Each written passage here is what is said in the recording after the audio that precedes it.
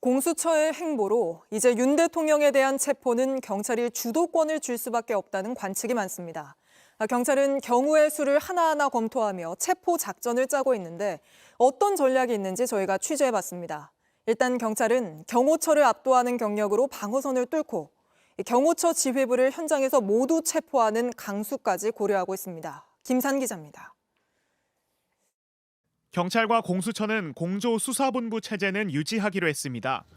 하지만 주도권은 경찰이 줄 수밖에 없습니다. 공수처가 소극적인 태도로 1차 체포 작전에 실패했고 공문 한 장으로 경찰의 체포를 떠넘기려다 번복하면서 입지가 상당히 좁아졌기 때문입니다. 경찰은 어제 언론 브리핑에서도 윤 대통령 소재도 파악하고 있다. 체포를 막는 경호 인력은 현행범 체포를 적극 검토하겠다며 주도권을 주겠다는 의지를 보였습니다. 경찰이 박종준 경호처장을 현행범 체포하려다 공수처 반대로 무산됐던 1차 집행 때와 같은 상황은 반복하지 않겠다는 겁니다. 하지만 1차 작전 실패로 경호처의 방어벽은 더욱 두터워졌습니다. 관절을 막는 차벽은 더욱 두터워졌고 철조망까지 치는 극단적인 방어막을 두르며 마치 전쟁처럼 영장 집행을 대비하고 있습니다. 대통령 경호처 홈페이지 접속도 차단된 상태입니다. 경호처 관련 정보를 최대한 숨기고 여론전에도 흔들리지 않겠다는 뜻을 보인 겁니다. 경찰은 강화된 방어벽을 뚫기 위해 현장에서 경호 인력을 하나씩 체포하는 강수도 고려 중입니다. 이번엔 공수처도 반대 의견을 내기 힘들어졌습니다. 경호처를 압도하는 경력으로 방어선을 뚫고 지휘부는 법적 조치로 무력화해 대통령으로 가는 길을 열겠다는 계산입니다. JTBC 김산입니다. 보신 것처럼 윤석열 대통령이 경호처를 사병처럼 부리며 체포를 막아내고는 국민의힘 의원들에게 밥을 먹고 가란 제안까지 여유롭게 한 게 알려지며 대통령이라고 체포를 피할 수 있는 거냐, 당장 집행하라는 목소리가 커지고 있습니다. 대통령에 대한 체포영장 집행은 이제 어떻게 되는 건지 정인아 기자에게 물어보겠습니다. 자, 정 기자, 이게 결국 체포영장 집행은 경호처의 저지망을 어떻게 뚫어내느냐가 핵심인데 지금 경찰이 경호처 수장들을 모두 체포하는 강수까지 고민 중이죠. 그런데 대통령 체포하러 갔을 때처럼 경호처 직원들이 경호처 수장 체포하는 것도 막아선다면 마찬가지로 체포를 못할 수 있는 거 아닙니까? 그렇지는 않습니다. 이 대통령 체포영장을 집행하는 것과 이 경호처 수장들을 체포하는 건 다른 이야기입니다. 네. 이 대통령 경호처는 말 그대로 대통령을 경호하는 곳이지 이 경호처장 등 그 지휘부를 지키는 기관이 아닙니다. 경찰이 경호처 수장들에 대한 체포영장을 발부받아 왔을 때 이 경호처 직원들이 법적으로든 조직의 논리로든 전혀 막을 근거가 없습니다. 네. 이 경호처가 경찰을 막을 경우 특수공무집행 방해 혐의로 현장에서 바로 체포할 수도 있습니다. 지난번에 윤석열 대통령 체포하러 갔을 때는 100여 명이 갔었잖아요. 근데 경호처가 또 200여 명이 나왔습니다. 그러면 이번에 경찰이 다시 간다면 이보다 더 많은 인력을 투입할 수 있겠죠? 이 얼마나 많은 인력을 동원할지는 경찰이 판단할 일이지만 지난 대통령 체포영장 때 경호처가 200명의 인원을 동원한 걸 경찰이 염두하고 있는 건 분명합니다. 네. 윤 대통령 체포 때는 공수처가 주체여서 경찰 기동대를 관저 안으로 투입하는 게 법적 논란이 있었는데요. 이번엔 다른 게 경호처장 등 경호처 관계자 4명을 입건한 주체가 공수처가 아니라 경찰입니다.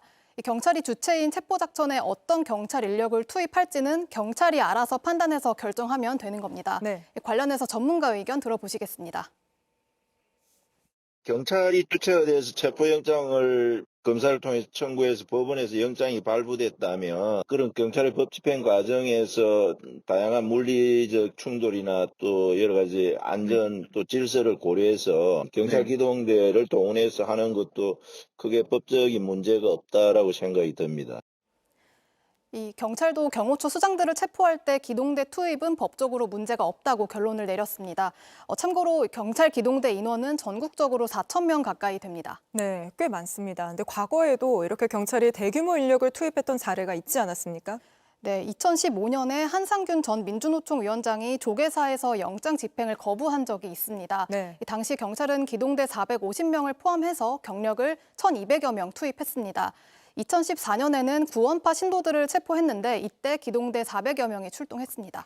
그러면 경찰은 결국 이 경호처 수장부터 하나씩 무력화해서 윤석열 대통령까지 가겠다는 그런 전략인 겁니까? 저희가 경찰의 작전을 모두 파악했다고 보기는 힘듭니다. 지금 계속 바뀌고 있을 수도 있는데요. 네. 다만 경찰은 물리력으로 막고 있는 경호처를 넘지 않으면 대통령을 체포하기가 힘듭니다. 지금 모든 고민이 그래서 경호처를 어떻게 하느냐에 집중이 돼 있는데요.